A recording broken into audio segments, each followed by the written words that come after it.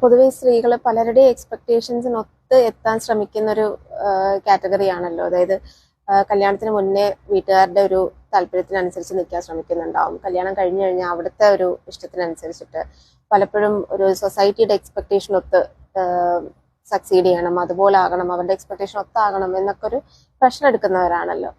അപ്പൊ ശരിക്കും പറഞ്ഞാൽ ആ ഒരു മെന്റാലിറ്റി എന്ന് പറയുന്നത് നമ്മളിൽ ഡെവലപ്പ് ചെയ്യാൻ പറ്റുന്ന ഒരു മെന്റാലിറ്റിയാണ്. അതായത് എന്റെ സക്സസ് ഒരിക്കലും വേറൊരാളെ ഡിഫൈൻ ചെയ്യുന്ന ഒന്നല്ല എന്നുള്ളതും പിന്നെ നമുക്ക് പലരിലും ഇങ്ങനെ കാണാൻ പറ്റും. അതായത് നമ്മുടെ സെയിം ഏജിലുള്ള ആൾക്കാർ എന്തൊക്കെ അച്ചീവ് ചെയ്തു, ഓരോന്ന് അച്ചീവ് ചെയ്തു എന്നൊക്കെ കാണുമ്പോൾ ഉണ്ടാകുന്ന ഒരു ബുദ്ധിമുട്ട്, ഞാൻ എവിടെ എത്തിയില്ല എന്നുള്ളൊരു തോന്നല്.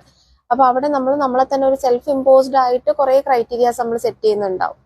അതിനൊത്ത് എത്താൻ വേണ്ടിയുള്ള ശ്രമത്തില് നമ്മുടെ ഒരു സന്തോഷമൊക്കെ പതിയെ പോകുന്നത് നമ്മൾ തന്നെ അറിയുന്നുണ്ടാവൂല.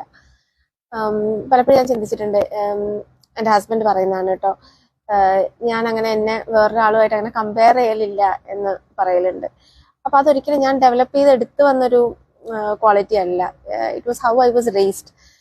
എൻ്റെ അമ്മ ഒരിക്കലും ഇപ്പോൾ ഫാമിലിയിലുള്ളൊരു കുട്ടിയായിട്ട് എന്നെ കമ്പയർ ചെയ്യുവോ, അതല്ലെങ്കിൽ ഇപ്പൊ സ്കൂളിലുള്ള ഒരു കുട്ടിയായിട്ട് കമ്പയർ ചെയ്യുവോ, നമ്മുടെ നാട്ടിലുള്ള മക്കളുമായിട്ട് കമ്പയർ ചെയ്യുവോ, അങ്ങനെ ഒന്നും അമ്മയുടെ സൈഡിൽ നിന്ന് വന്നിട്ടില്ല.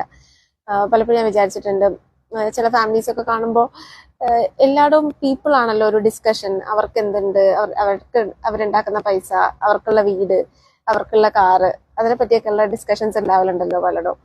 പക്ഷെ എന്റെ വീട്ടിലൊരിക്കലും അങ്ങനെ ഒരു ആൾക്കാരെ പറ്റിയുള്ള ഡിസ്കഷൻസ് എന്നൊരു സംഭവമേ ഉണ്ടായിട്ടില്ല.